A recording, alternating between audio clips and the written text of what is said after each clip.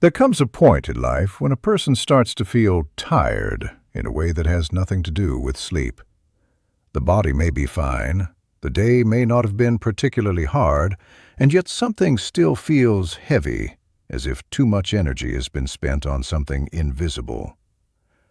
Most people blame work, stress, or responsibility, but very few stop and ask a more uncomfortable question. Who has been draining me like this? Because sometimes the real source of exhaustion is not life itself, but the people you keep carrying through it. And that truth is difficult to accept because it forces you to look at things you've normalized. Friendships that no longer feel like friendship. Conversations that leave you empty. People whose presence has become so familiar that you stopped noticing what they take from you. Not everyone destroys you in obvious ways. Some people do it quietly, through constant noise, unnecessary drama, or negativity disguised as honesty. And because they don't hurt you all at once, you keep them close. You keep answering. You keep showing up. You keep giving your attention, your peace, your energy. And then you wonder why your inner life feels so crowded. Life is short, not just because death is certain, but because your attention is limited. Your emotional strength is limited. Your days are limited. And once a day is spent, it's gone. The strange thing is that people don't lose themselves all at once. They lose themselves slowly, through repetition, through daily compromise, through staying too available to the wrong people. It doesn't happen in some dramatic moment. It happens in the conversation you didn't want to have, but had anyway. In the message you answered out of guilt. In the visit you agreed to, even though something inside you resisted. That's how the wrong people remain in your life. Not because they're always terrible, but because they're tolerable enough, familiar enough, present enough. And because they're not always cruel, you start doubting yourself. Maybe you're overthinking it. Maybe you're becoming distant. Maybe this is just how life is. But it isn't. And this is where a Stoic perspective becomes uncomfortable, because it shifts the focus away from them and puts it back on you. Not, why are they like this, but why am I allowing it? Stoicism doesn't teach you to control people. It teaches you to take responsibility for your responses, your standards, and what you continue to tolerate. Every time you ignore your own judgment to keep the peace, you pay for it with your peace. Every time you say yes when your mind says no, you reinforce a pattern that will keep repeating. When you stay around people like that for too long, something begins to change, quietly. Your clarity fades. Your thinking becomes crowded. Your energy becomes scattered, and you feel less focused, less grounded, less like yourself. It's subtle enough that you don't immediately connect it to your environment. So you turn inward and blame your discipline, your motivation, your consistency. But the Stoics were very clear about this, even if they didn't use modern language to explain it. The mind is shaped by what it repeatedly encounters, not only by what you do, but by what you allow to surround you. Spend enough time around noise, and your thoughts become noisy. Spend enough time around disorder, and your inner world starts to mirror it. This isn't weakness, it's exposure. You've allowed influences into your life that slowly reshape your standards without asking for permission. And once that happens, you start operating below your own potential without even noticing it.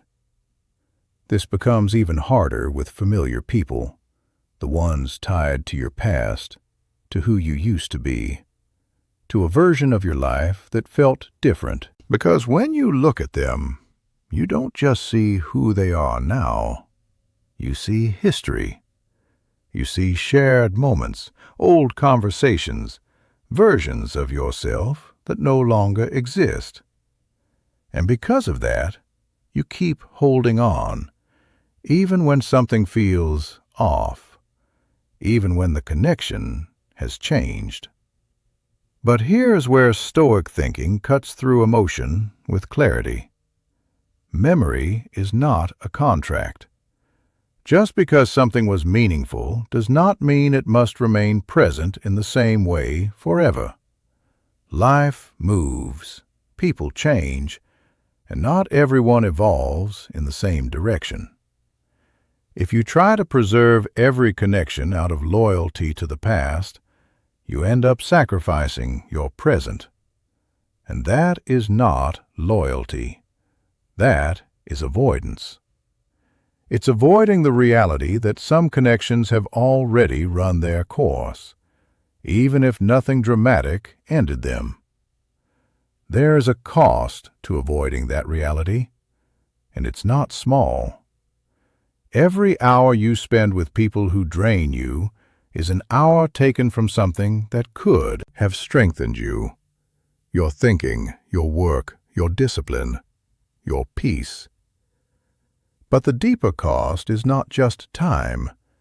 It's the quality of your inner life. Because those interactions don't stay in the moment. They follow you.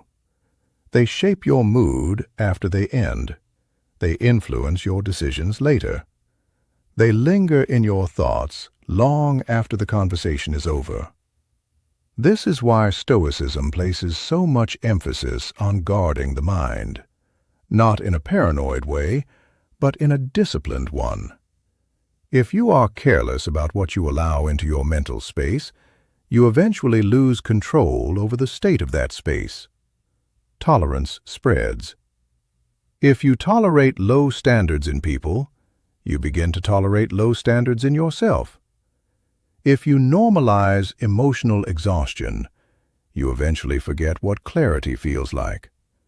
And when that becomes your baseline, you don't even recognize that something is wrong anymore. Life is short, not in a dramatic sense, but in a very real, measurable one. Your time is limited. Your energy is limited. And the people you give your days to now are quietly shaping the direction of your life later. That's why this isn't just about relationships. It's about responsibility. So ask yourself honestly, who in your life consistently leaves you drained, distracted, or diminished? Who keeps pulling you back into patterns you're trying to outgrow? Who takes your attention but gives nothing back to your clarity? And then ask the harder question. Why are they still so close? If the answer is guilt, then guilt is costing you your life. If the answer is history, then history is costing you your life.